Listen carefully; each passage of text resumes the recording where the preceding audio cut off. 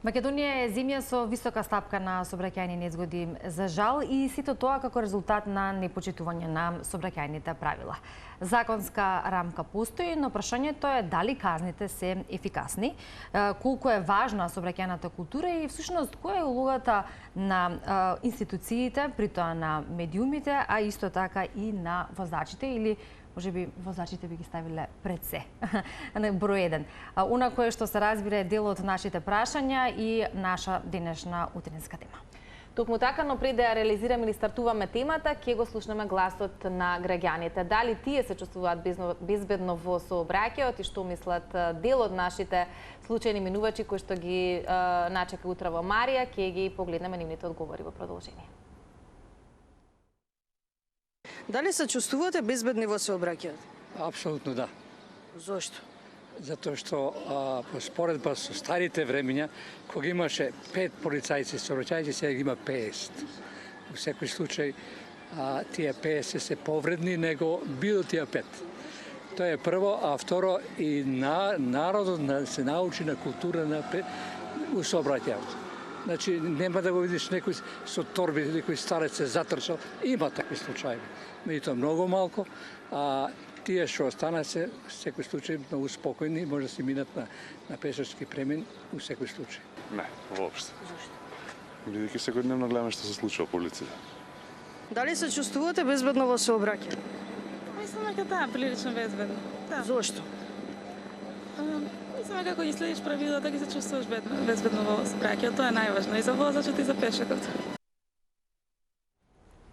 Да, и слушнавме дел од размислувањето на граѓаните, барем оние кои што ги сретна Марија, а веројатно е дека поголемиот дел од граѓаните, особено во Скопје или во нашиот главен град, се едногласни во однос на безбедноста во сообраќајот, поточно не безбедноста, со оглед на како што рековме и сообраќајните незгоди, но и сообраќајните прекршоци на кои што секојдневно сме сведоци.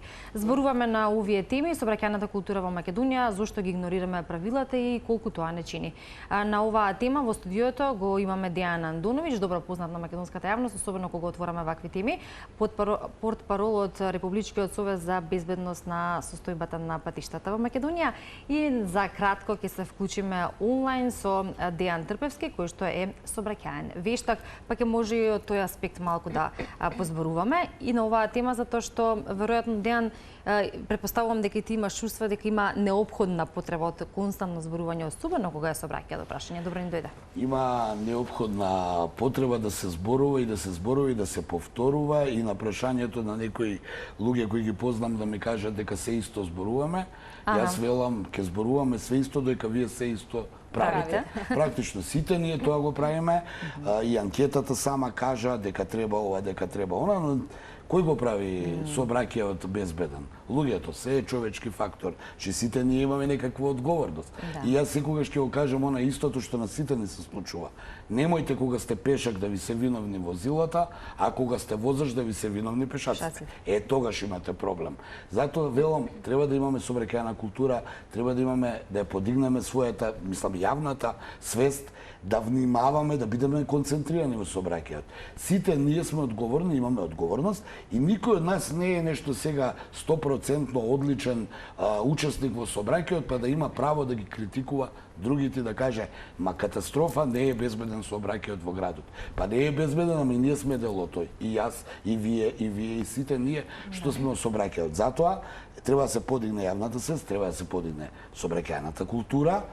Ние како институцијата која јас ја представувам, со помош на вас медиумите, прави кампањите кои ги правиме, се обидуваме да допреме до граѓаните, да ги подсетиме, не дека тие не знаат дека не треба на црвено да поминат, но понекогаш не знаат, па велат, па поминав на црвено, немаше возила. Не, нема да поминете на црвено. Ке чекате да се запали зелено, бидејќи може од некаде да излезе возило. Ова како пример. Затоа велам, човечкиот фактор е главна причина, сите ние сме одговорни, не постои одговорна и неодговорнија на категорија на учесници во сообраќај, има поединци одговорни и поединци неодговорни.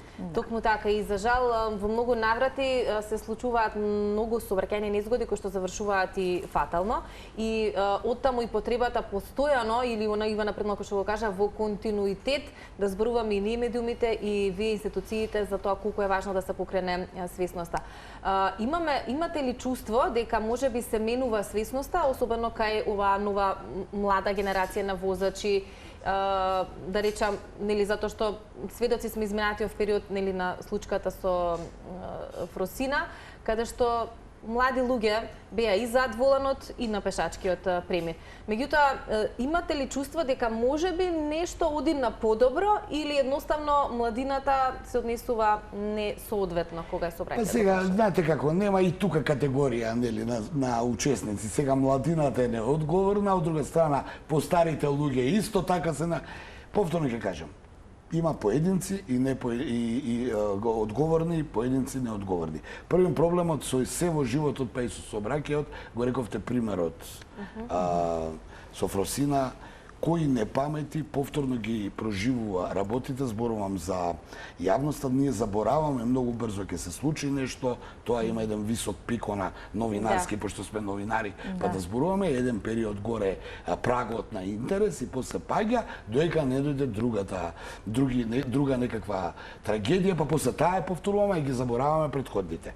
Да бидеме пореални, у целата приказна е дека со годините има некаков ефект се во ова што го прават и медиумите, и ние со нашите кампањи, бидејќи цела година во зависност од календарот на активности правиме кампањи преку медиумите, еве вие сте сведоци, излегуваме, изборуваме, повторуваме, укажуваме и кажуваме што све треба да се прави.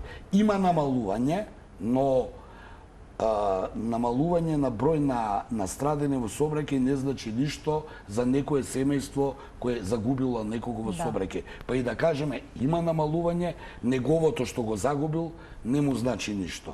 0 жртви во сообраќајот е нешто што е посакувана бројка и посакувана состојба за сообраќај, што зависи повторно од сите нас. Повторно ќе кажам, кампањите се да укажат, да потсетат, има некој ефект, на моменти има, на моменти нема, но мораме да земеме во предвид дека зголемена е први смената сообраќајот. Изминатите години ние имаме нови превозни средства, еве тротинетите на пример, кои како многу придонесуваат со својата неодговорност да направат некаков сообраќајен инцидент, и тоа да иде во статистика. Имаме зголемен број на фреквенција на сообраќај. Ако во овој град или во оваа држава едно семејство имало едно возило, сега има едно семејство 2 па и 3 возила. Че зголемен е бројот на учесници во сообраќајот. Сменете начинот на живот, све побрзо правиме. Не е како порано. Еве, ние кој генерација сме сведоци како сме оделе на работа или во училиште од Сабајле, како се оди сега. Се е тоа брзо, се е тоа. Подинамично. Сега подинамичен е и животот и светот е сменет и ние мора тука да се прилагодиме. Но базата е следна. Треба да се почитуваат правилата и прописите, пропишаната сообраќајна сигнализација и сето оно што е предвидено. На црвено се стои, на зелено се поминува. Тоа сме го учеле од мали нозе, тоа го гледаме и ден денеска. Повторно примерот, ако е црвено нема возило, вие ќе поминете и ќе кажете па добро, немаше возило. Или ќе го преминете пешачкиот премин. Сега зборуваме за пешаците, не ни зебра, туку диагонално. Може би баш у тој миг некој нема да закочи. Пример давам. Затоа мораме да се однесуваме културно, да подигнеме јавната свест. Да, имаме правила, но мораме да ги гледаме и условите на патот. Дали сме со велосипед, со моторцикл, со камион или пешки, освен правилата, треба да ги гледаме и условите на патот и она да бидеме концентрирани. Да, и убаво спомена, сите сме на некој начин учесници во сообраќајот, без разлика дали возиме автомобил, пешачи, преминуваме улица, возиме велосипед, тротинет, мотор и така натака. И секој треба да знае својата одговорност. Сме одговорни. Да, сакаме да се чувствуваме безбедно, но и треба да ги направиме и другите да се чувствуваат. Особено сакам да ги ставам тука категоријата, најмасовната категорија во која сите припаѓаме првин, тоа се пешаците. Сите имаме одговорност. И пешакот има одговорност. не е точно дека он има право сегде да помине. Не може па и тој да помине Тоа секаде. е една од причините и тоа што го зборувавме. Немојте кога сте пешак да ви се виновни возилата, а кога сте возеш да ви се виновни пешаците. Тогаш имате проблем. Тоа е таа сообраќајна култура и тоа е таа јавна свест. Да ја подигнеме малце и да кажеме, чекај, да, можеби ја имам сега право да поминам, независно дали сте со возило или пешак, но ако условите на патот не даваат да преминете, причекајте, Да. а не по секоја цена кажете, па ја имам право. Па немаш право, чим нема услови на патот, нема право. Да, и кога преминуваме улица се свртиме лево или десно, затоа што не секогаш тој кој што го вози автомобилот Сега гледа тој или во аутизам со моментов. мобилните телефони, слушалки, Да. наочари и сето тоа е таа концентрација. Знаете, во сообраќајот е многу важно да сте концентрирани. Да. Јас Најважно. Да, јас тоа го зборувам. Брзиот начин на живот, начинот во кој на кој живееме сите ние, влегуваме рутински ако сме возачи, влегуваме рутински, возиме, ама не размислуваме на сообраќај, идеме по некоја Да. автоматика, нели она стаза на слонови Да. што ја велат во приватниот живот и тргате. Колку умина од нас се сеќаваат утринава кога станале патот што оделе до работа. Туку размислуваш, не На знам, други што ќе работи. правам на работа, банка Да. ми се јавила, Да. имам обврски попладне, треба да на родителска. И го правиме тоа рутински Па тоа е махинално. опасно, не сте Да. концентрирани, бидејќи размислувате на друго, а возите рутински, под објаснување, имам брега искуство, 20 година возам. Да, ама ако ти излета нешто, Да, твоето секогаш има искуство е џабе. непредвидливи ситуации. А во контекст на тоа, бидејќи една од нашите теми е непочитување на сообраќајните правила, навика или несвесност и свесно го нели насловивме тоа така зашто заради тоа што тешко се искоренуваат веројатно навиките, кампањите некако имаат ефект, но не толку брзо или да речеме доволно колку што треба, а и несвесноста ако ја префрлиме на несвесност заради тоа што секој од нас знае што велиш кои се точно сообраќајните правила, особено ако сме долги возачи или долгогодишни, но некако свесно сакаме да ги направиме тие сообраќајни прекршоци и токму во такви ситуации се доведуваме до сообраќајни незгоди за жал, но истовремено и не помислуваме на кога ќе го прекршиме сообраќајното правило на санкциите. Дали тоа значи дека немаме доволно добри санкции или токму овие чести прекршоци се резултат на тоа што таквите санкции не се доволни? Туку имам 10 одговори. Првин да кажам дека во животот, како и во се во животот, во сообраќајот, да не го занемариме правилото на погрешна проценка. Колку пати во животот сме направиле погрешна проценка за нешто. Да. Па и ние во сообраќајот да не се правиме совршени. Секој од нас понекогаш направил погрешна проценка. Да. Па во гневот да се оправдаме дека сме сгрешиле, велиме па добро ја тоа го направив заради ова или ради она, тој ми излета, тој ми... Токму тука се прави трагедијата. Зборувам за сообраќајен инцидент. Мораме да бидеме концентрирани и трпеливи. Тоа ми се чини е главната формула. Понекогаш да бидеме концентрирани мораме, но и да бидеме трпеливи, да проценуваме какви се условите на патот. Бидејќи понекогаш човекот не е робот, може во даден момент да направи погрешна проценка, да помине на жолто, да не го пропушти пешакот, да излета пред кола ако е пешак. Тоа се случува. Ние мораме секој од нас поединечно да биде да биде концентриран. А што значи тоа? Не возете брзо, бидејќи ако ви излета пешак, друго е да закочите на 30 и 40, зборувам за град, а друго е да возите 80-90.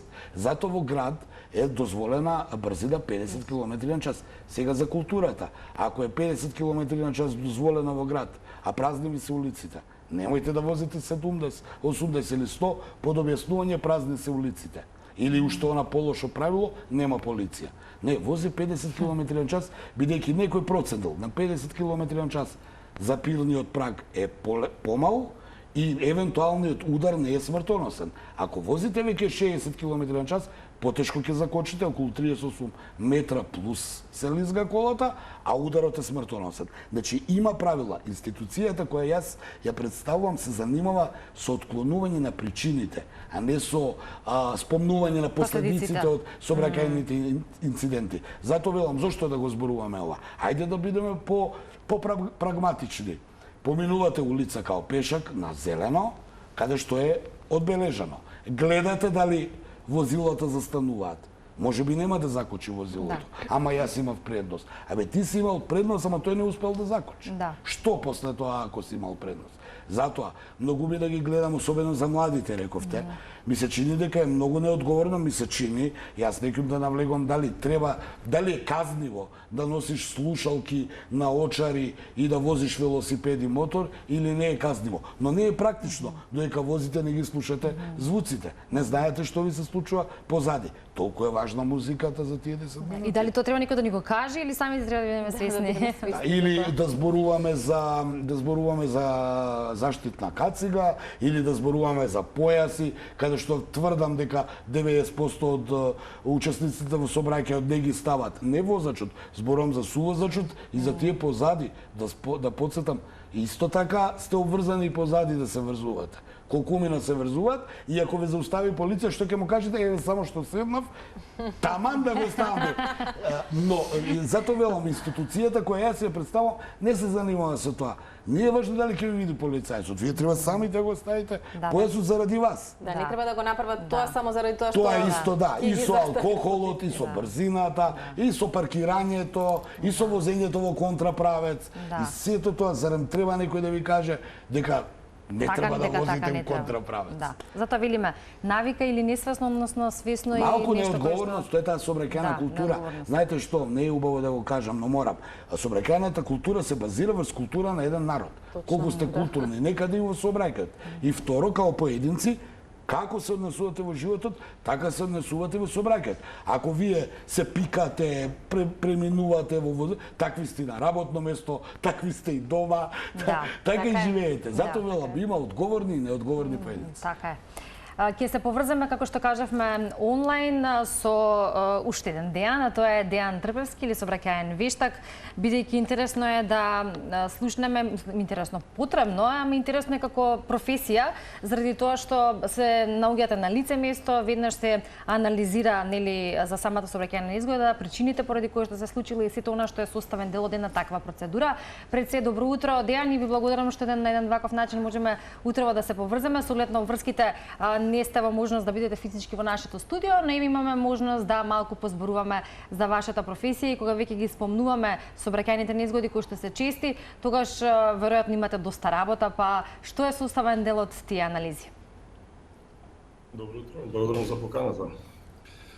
Па вака, со Антоновиќ доста пати сме дискутирале за оваа тема. Секојдневието е поврзано кај луѓето со одбивањето на сообраќајот, зголемен обем на сообраќај, зголемен обем на сообраќајни незгоди, нели. Секоја сообраќајна незгода е приказна за себе, така да нема некој шаблон кој што би можел да се примени, нели, на секоја сообраќајна незгода. Главен проблем кај луѓето денеска е тоа што е сменет начинот на живот. Луѓето се однесуваат доста поагресивно поради, нели, други проблеми кои што ги имаме во животот и се помалку обрнуваат внимание на сообраќајот. Како што кажа Антоновиќ, седнуваме во кола, возиме автоматски, воопште не размислуваме за околината, односно за сообраќајната ситуација во која што се наоѓаме и тука настануваат тие сообраќајни незгоди. Главна работа е луѓето треба да сватат дека има два начини на возење. Има агресивен начин на возење и има дефанзивен начин на возење. Во денешни услови најдобро да се применува така наречен дефанзивен начин на возење, односно секој пат да се трудите да дадете предност на оној другиот, односно да ги почитувате неговите права. Иако имате вие првенство на минување, дозволете му на другиот нека помине, тоа е оној дефанзивен начин на движење. И со тој дефанзивен начин на движење во голема мера се зголемува безбедноста на сообраќајот. Така да треба да се смени начинот на размислување на луѓето, бидејќи со години наназад системот во кој што живееме дозволува формирање на ваков начин на однесување кај луѓето. Сега тоа што со години наназад формирано како матрица на однесување многу тешко може да се смени. Овие кампањи кои ги организира Републичка сојуз за безбедно сообраќајно патишта да се добри, меѓутоа недоволни се, кратко трајат. Потребна е кампања која што трае долг временски период, односно се почне од основно образование, средно образование, понатаму при обуката во центрите за обука за управување со возила и континуирано да се работи со луѓето за да може да се смени менталитетот и начинот на размислување и со тоа да се придонесе до промена на самата култура кај луѓето, што на долг рок би придонело до намалување на бројот на сообраќајните. Да, убаво споменавте, Дејан, ова е една тематика за која што можеби треба да се зборува уште од рана возраст, затоа што имам чувство дека луѓето кога ќе почнат да полагаат за автомобила, тоа е некаде за возачка поточно, тоа е некаде на 18 години, тогаш во голем дел се запознаваат со многу работи, но тие и претходно се учесници во сообраќајот, дали како пешаци или на било кој друг начин. Можеме ли малку да зборуваме или да ни помогнете да направиме некоја правилна проценка кога е можеби најсоодветно време за да се почне да се разговара на оваа тема? Дури и децата кога се мали треба да им се дадат до знаење правилата како треба да се однесуваат. Вете вака, значи осознавањето на опасностите од сообраќајот треба да се почне од најмали нозе. Значи од прешколска возраст на децата треба да им се посочува што е позитивно, што е негативно. Не често имаме ситуации каде што предвижено во сообраќајот гледате татко, родител кој што го држи своето дете за рака, а поминува на место каде што нема обележан пешачки премин, а 20-30 метра подолу имате пешачки премин. Со тоа на самото дете ви му давате лош пример од најмали нозе. Понатаму веќе се формира некое мислење на детето дека може тоа да го прави било кога и било каде и многу е тешко вие тоа да го смените. Значи со собствениот пример родителите на децата треба да им дадат пример како треба да се однесуваат во сообраќајот. Имаме родители, извинете, кои што ги возат своите малолетни деца на мотор. Имаме деца кои што ги ставаат зад воланот, па тоа е некој вид на игра, што исто така е апсолутно недозволиво. Што правиме со таквата категорија на луѓе? Очигледно не ја сваќаат опасност од таквите родители од она што може да се случи, макар тоа да биде и игра. Нормално секој родител сака на детето да му покаже воланот како се држи, меѓутоа тоа може да го направите надвор од сообраќајот на некое место кое што нема сообраќај. Вие сега во сообраќај да го уклучите да седи детето кај вас во скути да се движите, тоа е стварно недозволиво. Или дете да седи на предно седиште и уште не е врзано со сигурност. Ревен тоа е родителот него цени животот на собственото дете. Тоа е нешто што е за научно истражување, значи во областа на психологијата. Нали, луѓе од таа област треба тоа да го истражуваат од се повеќе, затоа што тоа е феномен кој што во голем дел се случува само дека кај нас во Европската унија горе такви случувања нема.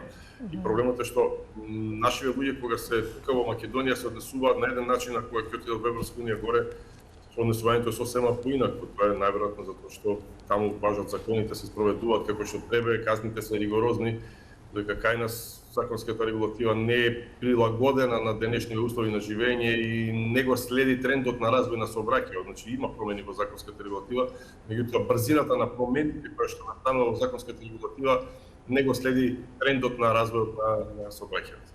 Дејан, составен дел од вашата работа е согледувањето на причината поради која што се случила сообраќајната незгода, па тука се поставува прашањето дали, бидејќи зборуваме за неодговорноста на секој од нас како учесник во сообраќајот, дали најчесто причината е човечки фактор и колку во корелација со останатите причини како што е неисправност на автомобилот, можеби патната инфраструктура или нешто кое што или патната сигнализација која што може да допринесе за одредена сообраќајна незгода. Веројатно, ако споредиме, колкава би била улогата на човечкиот фактор, а колку на овие останати причинители? Па вака, значи, повеќе фактори влијаат на случување на сообраќајните незгоди. Меѓутоа, најбитниот и најголемиот фактор и во најголем број случаи тоа е човечкиот фактор. Во многу мала мерка учествуваат како причини во сообраќајните незгоди техничката исправност на возилото. Во многу поголема мерка учествува состојбата на коловозот, односно патната сигнализација, постоење на соодветна сообраќајна сигнализација или непостоење на соодветна сообраќајна сигнализација. Меѓутоа, од сите причини, најголема причина е човечкиот фактор, односно однесувањето на возачите во соодветна сообраќајна ситуација. И како за крај, пред да ве ослободиме, бидејќи си имате работни уврски, како сообраќајен вештак, кој е вашето размислување или впечаток, дали законската рамка доволно го почитува мислењето и проценката на сообраќајниот вештак при судскиот процес? Па видите, мислењето на сообраќајните вештаци во судски процеси само еден дел е од судскиот процес. Судијата треба да си донесе одлука врз основа на сите материјални докази. Ние како вешти лица можеме на судот само да му укажеме на пропусти кои што ги направил еден, друг или трет учесник во сообраќајната незгода, а што понатаму ќе одлучи судот, тоа е работа на судот, затоа што ние како вешти лица не навлегуваме во другите аспекти на судскиот процес, затоа што таму има многу други аспекти кои што се, нели, дали претходно бил осудуван, дали претходно правил такви дела и сите тие работи. Значи, мислењето на вештите лица е само еден дел кој што е одредена алатка која што на судот треба да му помогне за полесно да донесе одлука во процесот, нели, кој што го спроведе. Благодариме, Дејан, за дел од овие работи кои што ги споминавте, кои што се поклопуваат за нашата тема, за сообраќајот во Македонија и на кој начин и како и што е влијанието кое што се случува, а токму се зголемува и бројот на сообраќајни незгоди. Ќе го очекуваме во следна прилика, веројатно во студиото, па ќе може да позборуваме на оваа тема или теми и прашања кои што се особено важни за нашите гледачи. Ви посекуваме убав ден. Поздрав, Дејан. Благодариме. Може со другиот ден да продолжиме во студиото. Имаме кратко уште некоја минута до крајот. Можеме ли и со вас да го прокоментираме овој момент со соодветно однесување на родителите кога се децата во прашање? Па прво, родителите се примерот на тоа, децата се практично ти имат и одговорност, но се пример како треба да се однесуваат во сообраќајот. Ако детето е сведок на родител кој доека го вози во градинка, дава пцости и сите се виновни, само он не е, вози брзо, нервозно и не знам, сите се криви, тогаш и детето ќе биде таков возач. Ако е па сведок да биде на една смиреност, на едно трпение, и тоа такво ќе биде, се разбира, институциите и ние самите сме сведоци, сме биле деца во предшколска возраст и ден-денска, има едукација и во градинките, и во училиштата, и ние како Републички сојуз за безбедност во сообраќајот имаме кампањи на почеток на учебната година, преку боенки, преку игри на тие, прилагодена за таа возраст, да ги научиме децата како да се однесуваат во сообраќајот. Впрочем, и вие се сеќавате, и вие сте го правеле тоа, а и вашите деца денеска. Но јас повторно ќе кажам, колку и да ги учите во овие и му покажувате, од дома е примерот. Ние како родители сите и како генерации постари треба да бидеме пример на овие млади генерации што доаѓаат во се, па и во професијата, новинарство, треба да сме пример, па како што иде време. И во сообраќајот, и секаде каде што сме како пример. Но проблемот денеска е овој начин на живење, повторно ќе кажам, каде што владе особено видливо непочитување и омаловажување на многу работи, така и во сообраќајот. Па оди, кај овој сега се паркирал, а ако се паркираш ти велиш, па каде ја да се паркирам? И сега тоа нема крај. Затоа велам, мораме да подигнеме свеста. Сообраќајната култура, да ги гледаме условите на патот, прилагоденоста, да не се повторуваме дека не смееме да возиме пијани, да не се повторуваме дека не смееме да возиме брзо. Дијан, дали... Сето тоа да не се повторува, а тоа се повторува. Ние за викенд имаме билтен, каде што се уште вие имате, не знам колку, 100 луѓе, 50 луѓе, приведени поради прекумерно конзумирање на алкохол или... возење без возачка дозвола. Вашиот колега спомена дека барем таков е примерот, дека многу и од нашите луѓе кога ќе отидат во европските земји каде што има поригорозни казни, се однесуваат можеби поприлагодено таму. Прашањето ми води кон ова, дали високи казни, кога нели како се вели на народски, кога ќе се удри по џебот, тогаш можеби може и да се смени нешто. Дали е тоа едно од решенијата? А ја во слободен стил. Немој да мислите дека во Шведска не истрчуваат и дека во Финска не возат пијани или дека во Норвешка не преминуваат вон пешачки премин. Се покаже дека има репресивни и превентивни мерки. Сега тие превентивните мерки е да ви укажат, и ако сте вие разумно битие, може да сгрешите. И ако ве укорат и имате предупредување, да извлечете заклучок дека да, сгрешив што истрчав, не се случува, човечки е. Или сгрешив што не поминав, и на среќа никого не повредив, ќе пазам друг пат. Или да, се напив едно-две, веќе никогаш нема да се напијам. Имате и репресивни мерки, но обично тие што грешат, колку и да бидат казнети, ќе платат казната и продолжуваат со тие. Имате и таква категорија на граѓани кои возат брзо. Повелат, нека ме казнат, ќе си ја платам, ама ја не возам споро. една комбинација на превентивни и репресивни мерки е добра, можеби најдобра опција, но најдобра опција е да укапирате дека не треба да возите брзо, не треба да возите под дејство на алкохол, не треба да по секоја цена се движите низ улицата не гледајќи ги условите на пат, значи може да има знак да смеете на автопат да возите 130, ама ако автопатот од некој разлог пропаднат, не можете да возите 130 и сега да не повторувам дека не треба да користите мобилен телефон. Колку пати сте виделе на семафори додека чекат луѓето во своите возила да се запали зелено, сите се зркнати у телефоните. Која концентрација има? И како видно се забележува доколку возач пред нас зборува на телефон. И сега ајде да збориме пак она што го зборуваме од почетокот. Ако сте вие напред и гледате во телефон и се вклучи зелено и ви свират, вие велите, ама бе што свириш. Ама сега ако тој пред вас е така со телефонот, а вие сте позади, му свирите, па му викате, ама бе сели на телефон. Секогаш да ставиме на местото го на другиот. надминеме. Значи една почит, тоа е таа сообраќајна култура, тоа е таа јавна свест. Тие 10 на 15 минути на среќа во поголемиот дел од нас во сообраќајот не патуваме подолго на работните места, бидејќи Скопје не е Њујорк, па немате толку ни време да патувате. Тие 15 минути бидете концентрирани на сообраќајот. Гледајте пред себе. Да, вас ви е зелено, ама ако има пешаци, нема да ги газите, ќе застанете да поминат.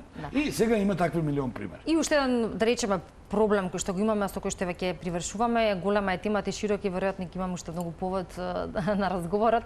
Онаа категорија, односно онаа себичност со која што се соочуваме во сообраќајот, ако повторно ја поврзаме културата, и тоа е дел од културата, например, оние возачи кои што сметаат дека кај што ќе им текне во моментот, може да застанат со 4 нели да си купат сендвич, да не е важно дали го почнат сообраќајот и да ве блокираат. Да, значи да отвори врата без да погледне на ретровизор. Со такви ситуации ние се соочуваме секојдневно, особено во делот од после Битпазар па натаму. Значи ја паша. Не е важно локацијата, имате повторно. Па не, ние генерално во Скопје се соочуваме со тоа, но имаме места каде што така подрастично тука се соочуваме. Тука треба да има репресивни мерки, но ја повторно ќе кажам, ние се занимаваме со едно да не дојде до тоа. Тој што е себичен во сообраќај, верувајте, не е во животот благороден. Туку е себичен во сообраќај затоа што е себичен по карактер. Не му прави нешто на некој што не ќе ти го прави. Ако не се држиш до таа максима, нема лек за овие што ги кажувате. Има да бидат казнувани, но имате вие луѓе кои ги казнуваат и ќе продолжуваат да го прават истото. Колку треба да е казната. И мене не ми е како поединец важно дали вас ве казниле и дали вас ви значат тие, не знам колку стотини евра или колку илјади денари казна. Мене ми е дека вие сте ми го загрозиле мене безбедноста во сообраќајот и јас сум бил во ризик. Затоа апелираме и ностоп ќе апелираме. Јавна свест, сообраќајна култура, сега е лето, летна кампања, тргате на пат, бидете поконцентрирани, кога се оди на одмор, малце сме поопуштени, не смееме да сме поопуштени. Опуштете сте кога ќе стигнете, но немојте додека возите. Апелот е горештините, не треба да се занемаруваат, одите подолго на подолга дестинација на 2 часа, одмарајте 20 минути. Нема потреба од оној мачоизам кој со алкохолот. Јас можам со 2-3 пијачки да возам или јас 8 сата возам, немам гајле, нема потреба. Возете 2 часа. Никој нема да ви мери како приватен, како аматерски возач, дали сте возеле 3 часа или 30 часа. Ама вие бидете одговорни ради себе и ради тие што ги возите во возилото, стигнете безбедно и одморено на одмор.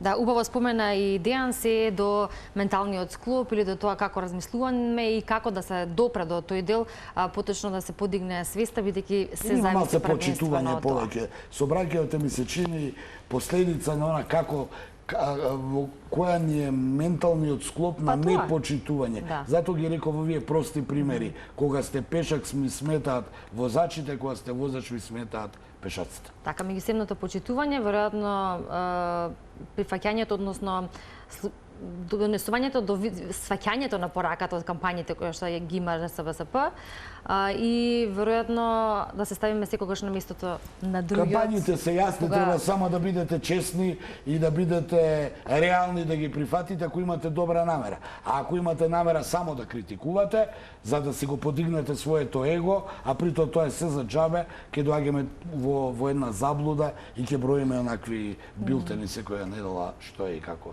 се случува. Ако ги сватиме кампањите добро, а ако не, казните се тука, па нешто од тоа би требало. Ништо немаме ние од да казните, промени. работете да не те казнат. И па очигледно Треба да се има тргнат потреба и од едното причините, и од а не да другото. се лекуваат последиците. И па да, сите сме свесни за тоа, ама никако на дело потешко се гледа тоа како и да е, затоа сме ние тука да позборуваме и да работиме токму нова на подигнување на свеста. Дејан, благодариме за гостувањето. Благодарам и јас. Нашата соработка и понатаму продолжува се со цел да ги информираме гледачите како за кампањите, така за пораките и да видиме во скоро иднина барем малку напредок во сето тоа. Еве доаѓаат нови генерации на учесници во сообраќај, се надевам дека ќе ги излечат заклучоците, ќе ги излечат негативните примери што се случува за да не бидат они утре да бидат евентуални, да бидат во опасност од евентуална нечива неодговорност. Така.